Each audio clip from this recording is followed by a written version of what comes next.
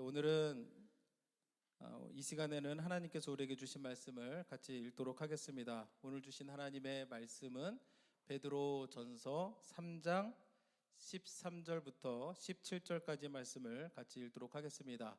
우리 일어서서 하나님의 말씀을 경외하는 마음을 가지고 베드로 전서 3장 13절부터 17절까지 말씀을 한 목소리로 읽도록 하겠습니다. Today's scripture, 1 Peter chapter 3, verse 13 through 17. We'll read together. 읽겠습니다. 또 너희가 열심으로 선을 행하면 누가 너희를 해하리요?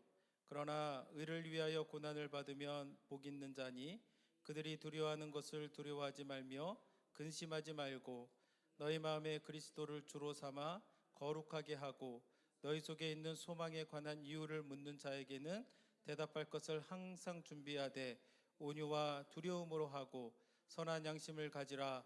이는 그리스도 안에 있는 너희의 선행을 욕하는 자들로 그 비방하는 일에 부끄러움을 당하게 하려 함이라.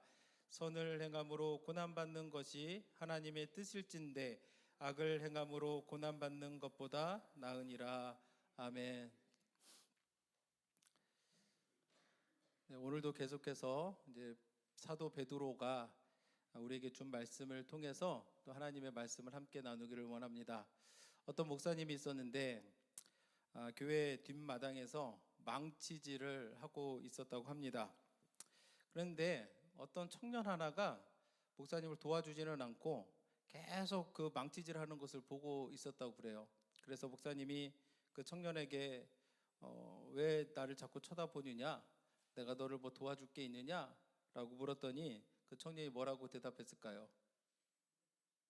뭐라고 했냐면 목사님이 망치질 할 때 망치로 손톱을 한번 내리치는 것을 한번 보려고 그런다.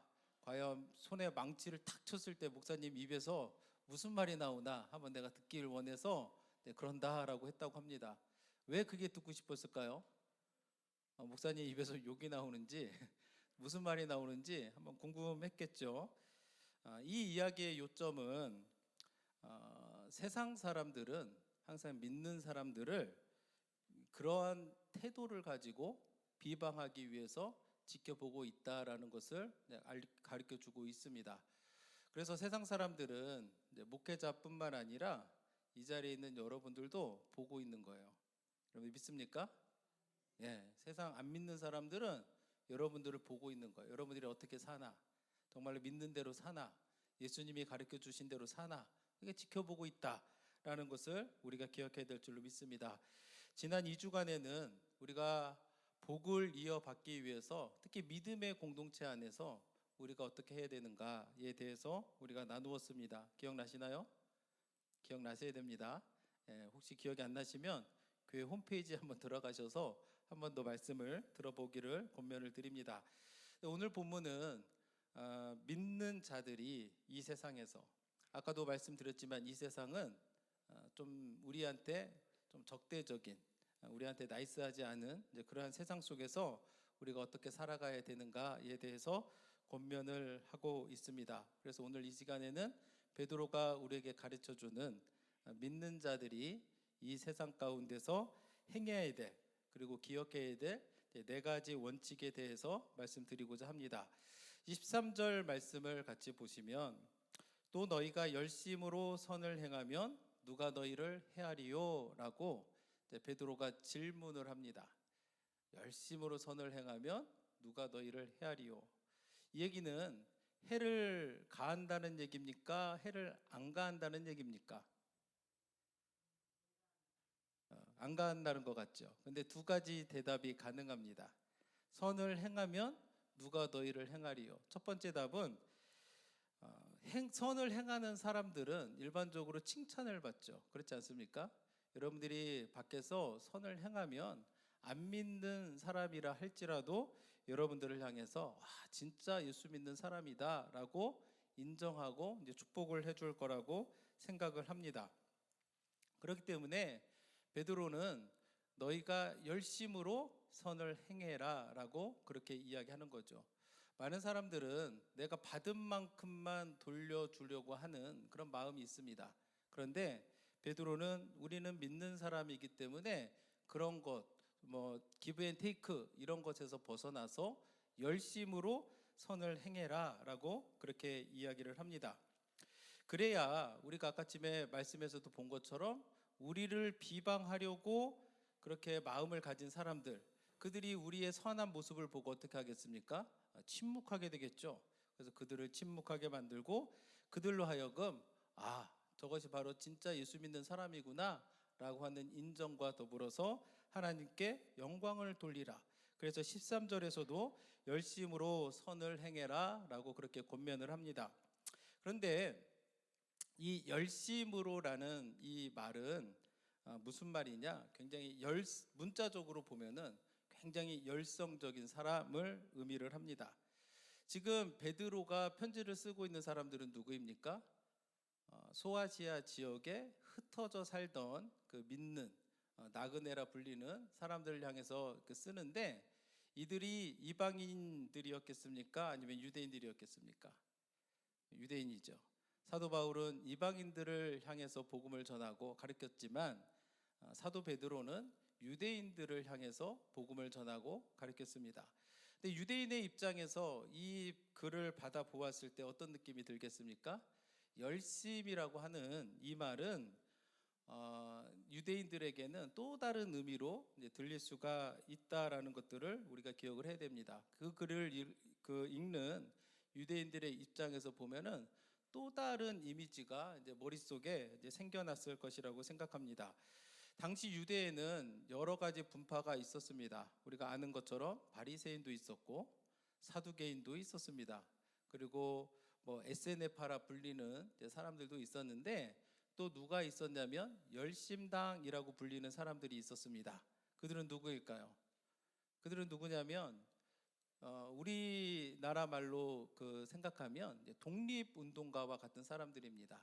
당시 유대 나라가 로마의 압제에 있었기 때문에 그들은 어떤 생각을 하냐면 우리가 로마의 압제에서 벗어나야 되겠다. 근데 어떻게 벗어납니까?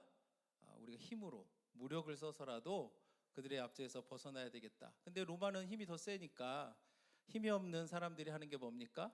테러를 한다든가 암살을 한다든가 이런 방법으로 독립을 위해서 애쓰던 사람들인데, 지금 그 말과 같은 말을 쓰는 거야. 열심으로 선을 행하라.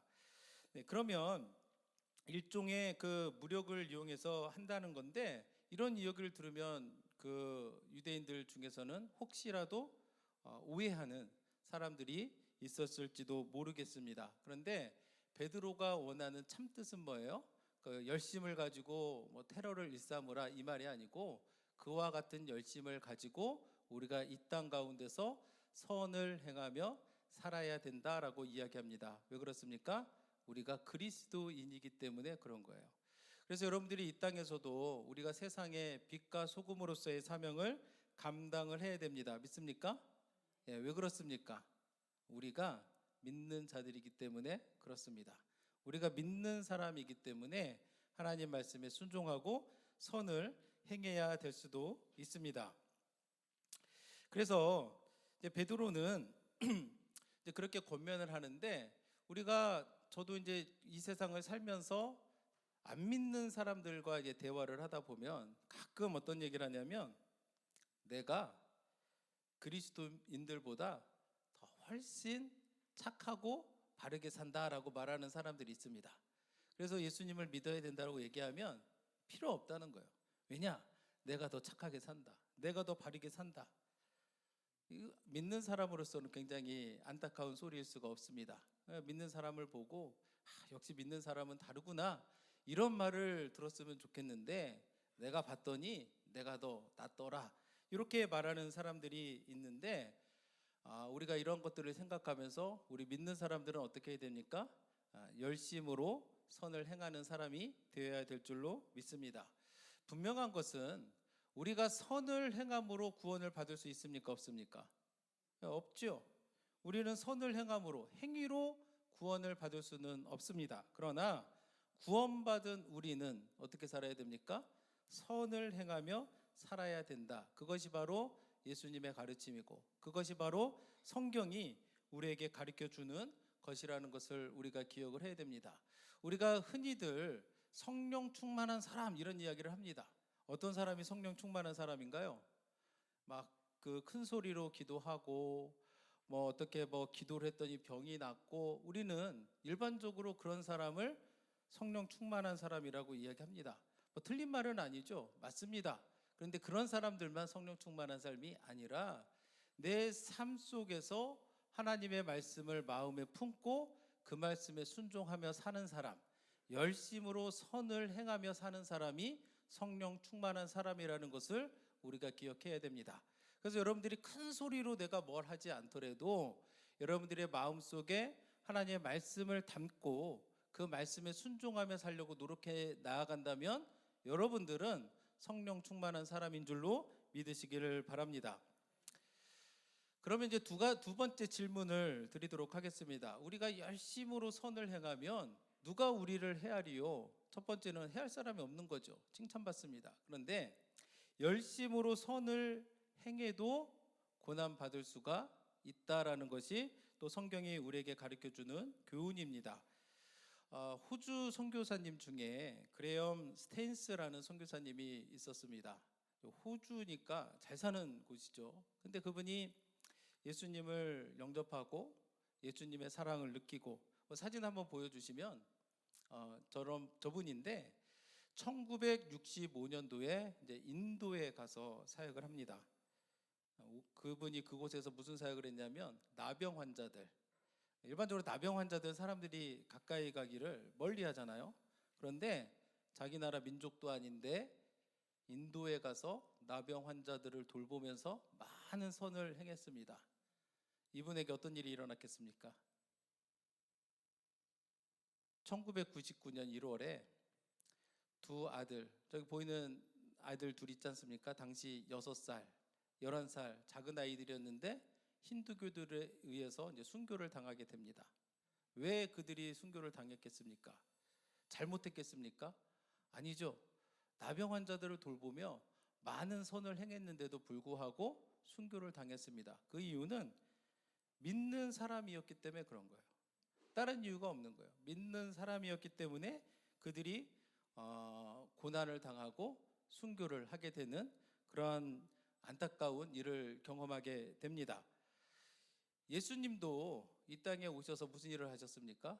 선을 많이 행하셨죠. 사도행전 10장 38절 말씀에 보시면 하나님이 나사렛 예수에게 성령과 능력을 기름 붓듯 하셨음에 그가 두루 다니시며 선한 일을 행하시고 마귀에게 눌린 모든 사람을 고치셨으니 이는 하나님께 함께 하셨습니다.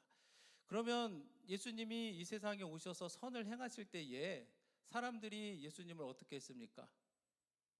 물론 일부는 따르고 좋아하는 사람들도 있었지만은 또 어떤 사람들이 있었냐면 예수님을 배척했죠. 그리고 예수님을 십자가에 못 박아서 예수님이 죽임을 당할 수밖에 없었음을 우리가 생각한다면 우리가 선을 행해도 고난을 받을 수 있다라는 것을 우리가 깨닫게 됩니다. 그래서 실제로 초기 기독교 신자들은 많은 고난을 당했습니다. 이 글을 쓰고 있는 베드로조차도 예외는 아니었죠. 베드로도 많은 고난을 당했고 우리가 알다시피 복음을 전하다가 베드로도 순교를 하게 됩니다. 그래서 그런데도 불구하고 베드로는 왜 우리에게 선을 행하라라고 말하는가? 그 이유는 우리가 의를 위해서 고난을 당하면 그것이 우리에게 복이 있기 때문이라고 성경은 우리에게 말씀하고 있습니다. 그래서 우리가 베드로전서 3장 14절 말씀을 함께 보시면 그러나 열심으로 선을 행하면 누가 우리를 헤아리요? 라고 하면서 일반적으로는 해를 안 당하죠. 네, 그러나 의를 위하여 고난을 받으면 복 있는 자니 그들이 두려워하는 것을 두려워하지 말고 근심하지 말고 라고 이야기를 합니다. 참 이해하기가 어렵죠. 의를 위하여 고난을 받으면 복이 있다. 참 이해가 어렵습니다. 여러분들 생각해 보시면 여러분들이 밖에 나갔는데 누가 막 여러분들한테 욕하고 소리 지르고 막 괴롭혔습니다. 그래서 괴롭힘을 당했어요. 그래서 집에 와가지고 오늘은 정말 그 좋은 하루였어라고 할 사람이 있겠습니까? 아무도 없죠. 내가 이렇게 밖에 나가서 뭐 고생하고 억울한 일 당하고 왔는데 정말 오늘은 복된 날이야라고 말하는 사람이 누가 있겠습니까? 아무도 없을 겁니다. 그런데도 불구하고 베드로는 뭐라고 얘기하냐면 의를 위하여 고난을 받으면 복이 있는 자라고 그렇게 이야기를 합니다. 어떻게 고난을 받는 것이 우리에게 복이 되는가? 베드로전서 5장 10절 말씀을 함께 보시면 모든 은혜의 하나님 곧 그리스도 안에서 너희를 부르사 자기의 영원한 영광에 들어가시니가 장강 고난을 당한 너희를 친히 온전하게 하시며 굳건하게 하시며 강하게 하시며 터를 견고하게 하시리라. 왜 잠깐 고난을 당하는 것이 우리에게 복이 되는가? 그 답은 하나님 때문에 그렇다는 거예요. 하나님이 보고 계시다는 거예요. 그래서 우리가 당하는 고난을 뭐라고 얘기합니까? 잠깐 당하는 고난이라고 합니다. 그러나 그 잠깐 고난을 당한 우리를 하나님이 어떻게 해주십니까? 온전하게, 그리고 굳건하게, 그리고 강하게 하시고 터를 견고하게 해주신다라고 우리에게 말씀하고 있습니다. 그래서 고난을 받는 것, 의를 위해서, 여러분들이 잘못해서 고난받는 거를 의를 위해서 고난받는다고 착각하시면 안 됩니다. 우리가 의를 위해서 고난을 받기도 하지만 또 죄를 범하면, 잘못하면 또 고난을 받게 됩니다. 이거 잘 구분해야 되는데, 근데 이런 가르침은 베드로만 얘기한 것이 아니라 당시에 많은 사도들이 공통적으로 우리에게 가르쳐 주었던 이야기입니다. 그래서 예를 들면 예루살렘 교회의 그 최고 지도자였던 야고보, 예수님의 동생입니다. 야고보가 야고보서 1장 2절과 3절에서 뭐라고 하냐면 내 형제들아 너희가 여러 가지 시험을 당하거든 온전히 기쁘게 여기라. 이는 너희 믿음의 시련이 인내를 만들어내는 줄 너희가 알미라. 여기서 말하는 시험은 고난을 의미합니다. 근데 너희가 잘못을 하지 않았어도 이렇게 고난을 당했을 때는 어떻게 하라고요? 기쁘게 여기라고 합니다. 그 이유가 뭐냐면 인내를 만들어낸다는 거예요. 인내는 성령의 열매 가운데 하나입니다. 그렇죠? 그래서 우리가 고난을 통해 가지고 성령의 열매를 맺는다면 그것이 결과적으로는 우리에게 유익이 되기 때문에 하나님은, 그리고 야고보는 믿는 자들을 향해서 불평하고 원망하고 그 가는 길을 돌이키지 말고 온전히 기쁘게 여기라고 권면을 하고 있습니다. 사도 바울도 마찬가지입니다. 사도 바울도 고린도후서 4장 16절과 18절 말씀에서 뭐라고 말씀하시냐면 그러므로 우리가 낙심하지 아니하노니 우리의 겉사람은 낡아지나 우리의 속사람은 날로 새로워지도다. 우리가 잠시 받는 환난에 경한 것이 지극히 크고 영원한 영광에 중한 것을 우리에게 이루게 함이니. 지금 사도 바울이 얘기하는 것은 뭐냐면 우리가 이 세상에서 의를 위해서 받는 고난에 대해서 뭐라고 합니까? 잠시 받는 환난이라고 합니다. 근데 잠시 받는 환난이 큽니까 작습니까? 경한 것이, 우리가 이 땅에서 잠시 받는 환난은 작은 거예요. 작은 거. 그런데 그것으로 말미암아서 지극히 크고 영원한 영광에 중한 것을 우리에게 이루게 함이니. 우리가 잠시 받는 작은 환난을 통해서 아주 크고 하늘의 그 영원한 것을 우리에게서 주님께서 행하시려 한다라고 이야기를 합니다. 그러면서 18절에 뭐라고 얘기하냐면 우리가 주목하는 것은 보이는 것이 아니요 보이지 않는 것이니 보이는 것은 잠깐이요 보이지 않는 것은 영원함이라. 우리가 이 땅에서 의를 위해서 고난을 받는 것은 잠깐이라는 거예요. 그런데 그로 인해서 하늘에서 우리가 받게 될 그 고난은 어떻습니까? 영원함이라. 그렇기 때문에 우리가 의를 위해서 고난을 받는 것은 그것이 축복이라고 사도 바울도 가르쳐주고 있습니다. 사도 요한도 마찬가지입니다. 사도 요한도 요한계시록 2장 10절 말씀을 보시면 너희가 장차 받을 고난을 두려워하지 말라. 이 당시는 그 극심한 그 박해의 시대를 그리스도인들이 살아갔습니다. 그래서 사도 요한도 뭐라고 얘기하냐면 믿음 때문에 고난을 당할 텐데 그것을 두려워하지 말라고 합니다. 왜요?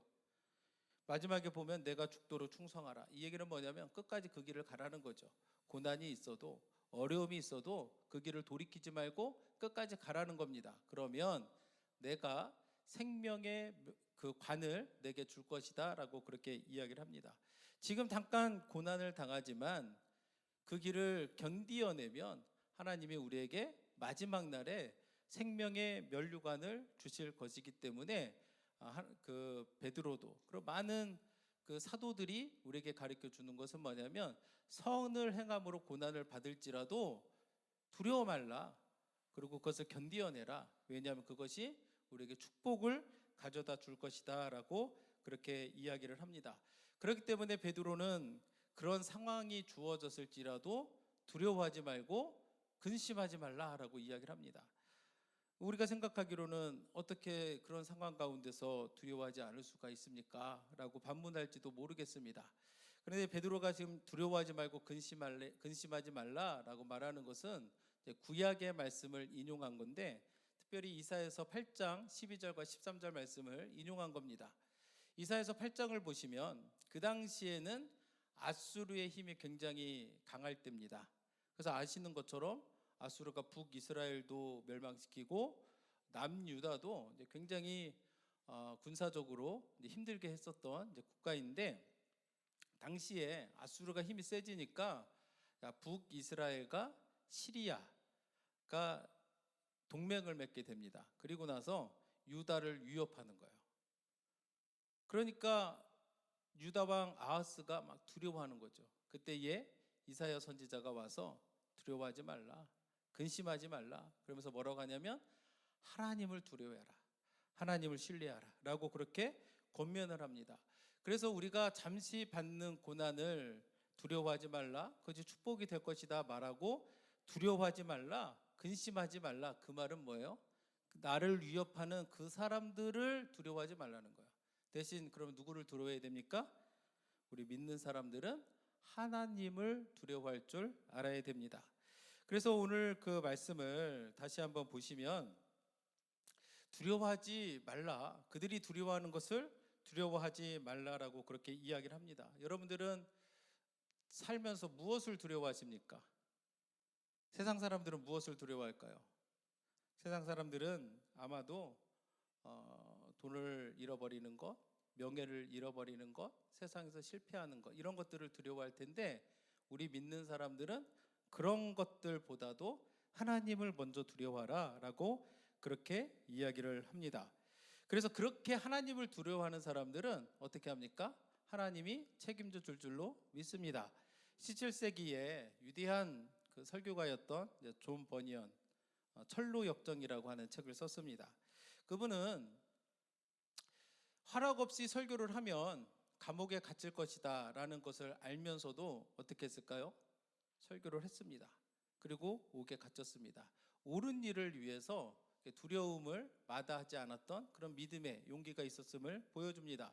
마틴 루터도 종교개혁을 일으켰을 때에 그의 적들이 아주 많았습니다. 그러나 그들의 적들 앞에서 두려워하지 아니었고 끝까지 하나님께서 주신 믿음을 지켰음을 기억을 하면서 우리들도 의를 위해서 고난받는 것이 복이 있다라는 것을 믿으시고, 비록 어려움이 있다 할지라도 옳은 일을 행하는 데 있어서 여러분들이 끝까지 인내하며 견디시기를 바랍니다. 그럼 어떻게 하면 우리가 고난 가운데서 끝까지 견딜 수 있을까? 골로새서 3장 2절과 3절 말씀은 이렇게 말씀합니다. 위의 것을 생각하고 땅의 것을 생각하지 말라. 이는 너희가 죽었고 너희 생명이 그리스도와 함께 하나님 안에 감추어졌음이라. 우리가 어느 때 실패하게 되는가? 우리가 지난 수요일 날 베드로의 이야기를 나누었는데, 베드로가 뭐라고 고백합니까? 주는 그리스도시요 살아계신 하나님의 아들이다 라는 그런 고백을 해서 주님이 너무 기뻐하셨죠. 그러면서 내가 내 반석 위에 교회를 세우겠다 라고 축복하시며 천국 열쇠를 내게 주노니 땅에서 매면 하늘에서도 매고 땅에서 풀면 하늘에서도 풀릴 것이다 라고 말씀하셨습니다. 그리고 뒤이어서 예수님이 순환당할 것을 말씀하시니까 절대로 그런 일이 있을 수 없습니다 했더니 뭐라고 합니까? 예수님이 사탄아 물러가라 하면서 내가 하나님의 일은 생각하지 않고 도리어 땅의 것만 생각하는 도다라고 이야기를 합니다. 그러니까 우리가 결론적으로 왜 실패하는가? 어떻게 반대로 우리가 어떻게 하면 끝까지 믿음을 지켜낼 수 있는가? 위의 것을 생각하라는 거예요. 하나님의 일을 생각하라는 겁니다. 여러분들도 위의 것을 생각하시기를 주님의 이름으로 축복합니다. 땅의 것을 보지 마시고 위의 것을 우리가 생각하면 우리가 끝까지 우리의 믿음을, 그리고 우리가 끝까지 열심으로 선을 행하게 될 줄로 믿습니다. 세 번째 원칙은 우리가 열심으로 선을 끝까지 잘 행하기 위해서 우리는 무엇을 해야 되는가? 그리스도를 우리의 주로 삼으라고 베드로는 권면합니다. 15절 말씀을 같이 보시면 너희 마음에 그리스도를 주로 삼아 거룩하게 하고. 어떻게 하면 우리가 고난 가운데서 우리가 끝까지 선을 행할 수가 있는가? 우리의 마음속에 그리스도를 주로 삼으라고 합니다. 이 말씀은 우리가 그리스도를 주를 삼을 때에 그 말씀에 순종하게 되고 그분을 두려워하게 될 것이라는 것을 가르쳐 줍니다. 제가 여러분들에게 묻고 싶습니다. 여러분들은 그리스도를 여러분들의 주인으로 삼으셨습니까? 아멘. 근데 혹시나 내가 그리스도를 내 마음의 주로 삼기보다는 내 마음의 소원을 들어주는 알라딘의 요술램프의 그 지니 같은, 지니가 뭔지 아십니까? 우리 그림 보여주시면 요겁니다. 다 아시죠? 내가 원하는 거 얘기해주면 짠 나타나가지고 해결사처럼 심부름 해주는 사람처럼 해주는 그런 분으로 내가 예수님을 생각하고 있지는 않은가. 안타까운 것은 가끔 어떤 분들 보면 그런 것 같은 생각이 들 때도 있습니다. 그런데 지금 분명히 성경이 우리에게 가르쳐 주는 것은 뭐냐면 그리스도를 우리 마음에 주로 삼으라라고 그렇게 이야기를 합니다. 그래야 우리가 주님이 주시는 산 소망을 우리가 갖게 되고, 그리고 그 산 소망 때문에 우리의 삶이 변하고, 그 변화된 삶을 통해서 우리가 우리의 입술로 하나님을 찬양하고, 그 변화된 마음을 가지고 우리의 대화의 주제가 바뀌는 거예요. 옛날에는 자꾸 땅의 것들만 얘기했는데 이제는 하늘에 있는 것들을 우리가 얘기하기 시작하고, 그리고 우리가 예수 그리스도를 주로 삼을 때 우리의 예배가 달라지고 우리의 기도의 생활이 달라질 줄로 믿습니다. 그래서 베드로는 우리가 그리스도를 주로 삼아서 산 소망을 가지고 거룩한 삶을 살라 권면합니다. 그러면 세상 사람들이 볼 때 뭐라고 할까요? 여러분들이 예수 그리스도를 진짜 마음의 주로 삼아서 정말 산 소망을 가지고 변화된 삶을 살아갑니다. 그러면 세상 사람들이 다 보고 있잖아요. 그렇죠? 근데 보면은 변했네?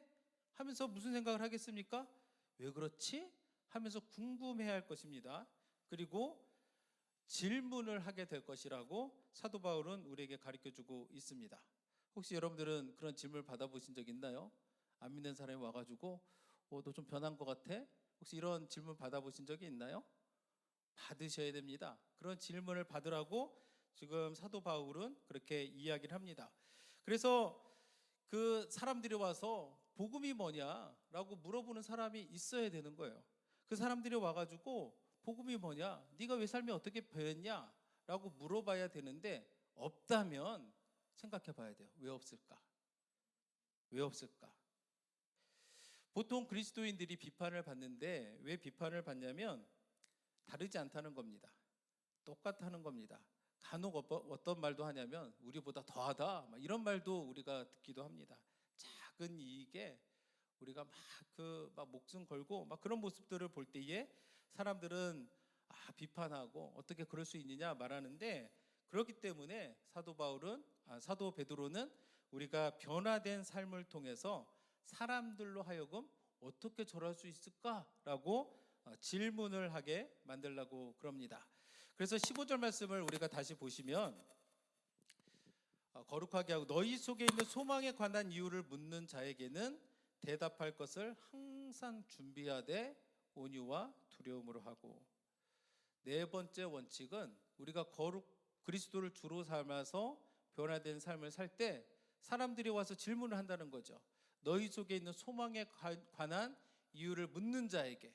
그럴 때 우리는 어떻게 해야 되느냐? 대답할 것을 항상 준비하라라고 그렇게 사도 베드로는 우리에게 가르쳐 주고 있습니다. 여기서 대답이라고 하는 말은 이제 헬라어를 보면은 이제 아폴로기아라는 말인데, 이 말에서 이제 아팔라지, 사과를 뜻하는 그 말과 이제 어, 아폴로제릭스, 이제 변호하는 이제 그런 의미가 이제 유래가 되었는데, 이 말은 실제로 그 재판장에서 그 자신을 변호할 때 이제 가리키는 그런 용어인데, 지금 이 단어를 사용해서 대답해 줘라라는 얘기는 뭐냐면, 안 믿는 사람들이 우리에게 물어볼 때에 우리가 재판장에서 나를 변호하듯이 그때 대충 하겠습니까? 열심히 하겠습니까? 재판장에서 나를 디펜스 하는데 대충 하겠어요? 정말 열심히 하겠습니까? 열심히 하겠죠. 철저히 준비해서 대답하겠죠. 그와 같이 불신자들이 우리들에게 와서 물을 때에 어떻게 하라는 얘기냐면, 재판장에서 나를 변호하듯이 그렇게 정확하게 철저하게 준비해서 대답을 준비하라라고 그렇게 권면을 하고 있습니다. 여러분들은 대답할 준비가 되셨나요? 만일 우리가 대답할 준비가 되지 않았다면 우리는 누군가 우리에게 다가오면 불안해할 겁니다. 그렇지 않습니까? 심지어 어린아이들이 우리에게 물어볼지라도 내가 대답이 준비되어 있지 않으면 두려워할 거예요. 에베소서 4장 14절과 15절 말씀에 보시면, 이는 우리가 이제부터 어린아이가 되지 아니하여 사람의 속임수와 간사한 유혹에 빠져 온갖 교훈의 풍조에 밀려 요동하지 않게 하려 함이라. 주님은 뭐라고 말씀하시냐면, 어린아이와 같이 되지 말라. 이 얘기는 뭐냐면, 누군가가 여러분들에게 물으면 그것을 대답할 준비가 되어 있으라라고 하는 의미로도 볼 수가 있습니다. 15절 말씀에 보시면, 오직 사랑 안에서 참된 것을 하여 범사에 그에게까지 자랄지라. 우리가 그에게까지 자라나면 우리가 대답할 수 있는 무언가가 있을 줄로 믿습니다. 그래서 여러분들 중에 어쩌면 불신자가 아니더라도 또 우리들의 공동체 안에서 누군가가 이렇게 물어볼 수 있어요. 그러면 여러분들이 어떻게 대답을 해야 됩니까? 대답을 잘 준비해 가지고 이렇게 대답을 해 주어야 됩니다. 누군가가 예수를 믿지 않는 사람이 여러분들이 와가지고 물어봤을 때 여러분들이 대답을 잘 해주면 무슨 일이 일어나겠습니까? 그때 영혼 구원의 역사가 나타날 줄로 믿습니다. 실제로 전에 라이프웨이를 섬겼던 탐 레이너 박사님이 Unexpected Journey라는 책을 썼습니다. 그 책을 보시면 여호와의 증인, 코어 멤버였어요. 코어 멤버. 여호와의 증인이 열심히 교리를 보다가 좀 뭔가 이상하다는 것을 발견하게 됩니다. 이상하다. 자신이 지금까지 굳게 믿고 있었던 것을 좀 이상하다라는 생각이 들면 굉장히 충격이 크겠죠.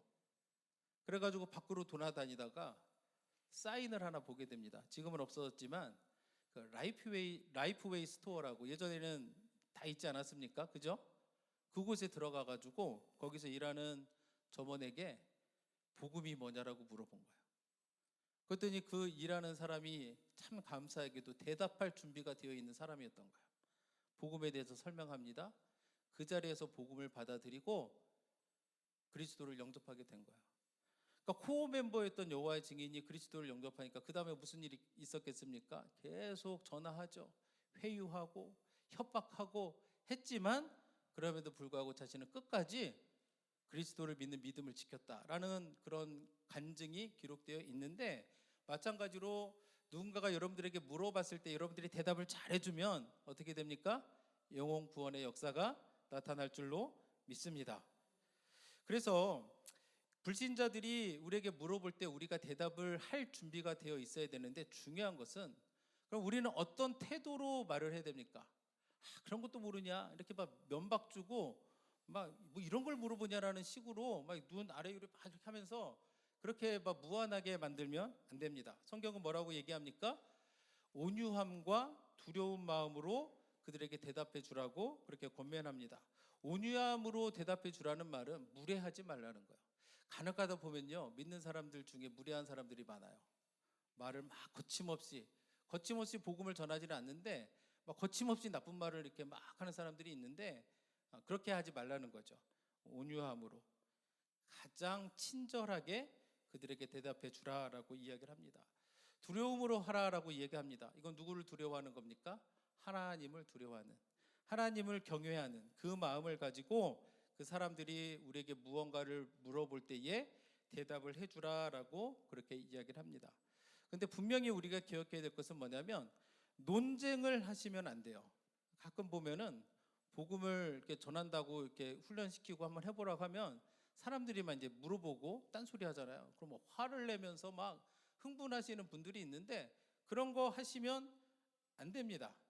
절대 논쟁을 하지 마시고 이사야서 40장 2절 말씀에서도 뭐라고 나와 있냐면 너희는 예루살렘의 마음에 닿도록 말하라. 사람의 마음에 불편함이 없도록 친절하게 그렇게 말을 해주라고 이야기를 합니다. 사도 바울이 선교 여행을 다니면서 가는 곳마다 많은 사람들이 예수님을 영접했고 가는 곳마다 교회가 세워졌는데 한 곳 예외인 곳이 있어요. 아덴이라고 하는 곳입니다. 아덴은 그리스 철학이 굉장히 발달했었던 동네인데 거기에 갔더니 사람들이 말하기를 좋아하는 거예요. 그러니까 바울도 아는 게 많잖아요. 그러니까 같이 이제 말하기를 하면서 이렇게 논쟁을 했는데 그 결과가 뭐겠습니까? 사도행전에 보면 몇 사람만 예수를 믿었더라. 논쟁을 잘했습니다. 그들을 논쟁으로 이겼습니다. 그 결과가 뭐냐? 몇 사람만. 그곳에서는 교회가 세워지지 않았습니다. 몇 사람만. 그렇기 때문에 우리가 그 사람들에게 대답을 해줄 때는 어떻게 해야 됩니까? 논쟁을 하지 말고 온유함으로 친절하게 그들을 부드럽게 대해주라. 어쩌면 그 순간이 그 사람에게는 복음을 접할 마지막 기회가 될지도 모른다라고 하는 그 마음의 그 무거움을 가지고 이야기를 해주어야 됩니다.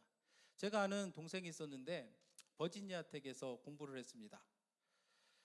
그 당시 오래전 일이긴 하지만 한국인 그 학생 조승희가 이제 총기를 쏴서 그곳에서 많은 사람들이 죽음을 당한 것을 기억하실 텐데 그 친구가 그때 거기 있었다는 거예요.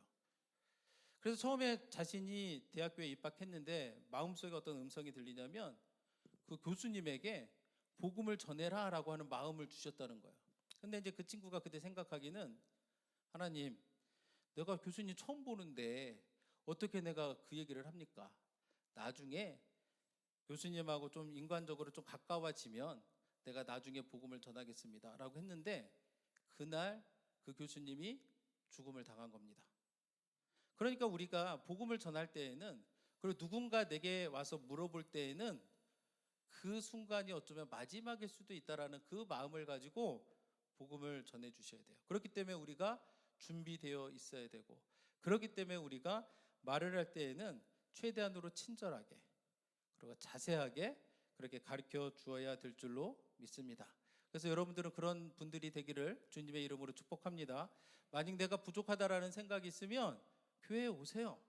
오셔서 내가 복음을 전하고 싶은데 목사님 어떻게 하면 좋겠습니까? 그러면 제가 뭐 집에 가세요 그렇게 하겠습니까? 와서 복음 이겁니다 하고 말씀드리고 하겠죠. 그러니까 이런 준비가 되어 있으라고 사도 바울은 우리에게 권면을 하고 있습니다.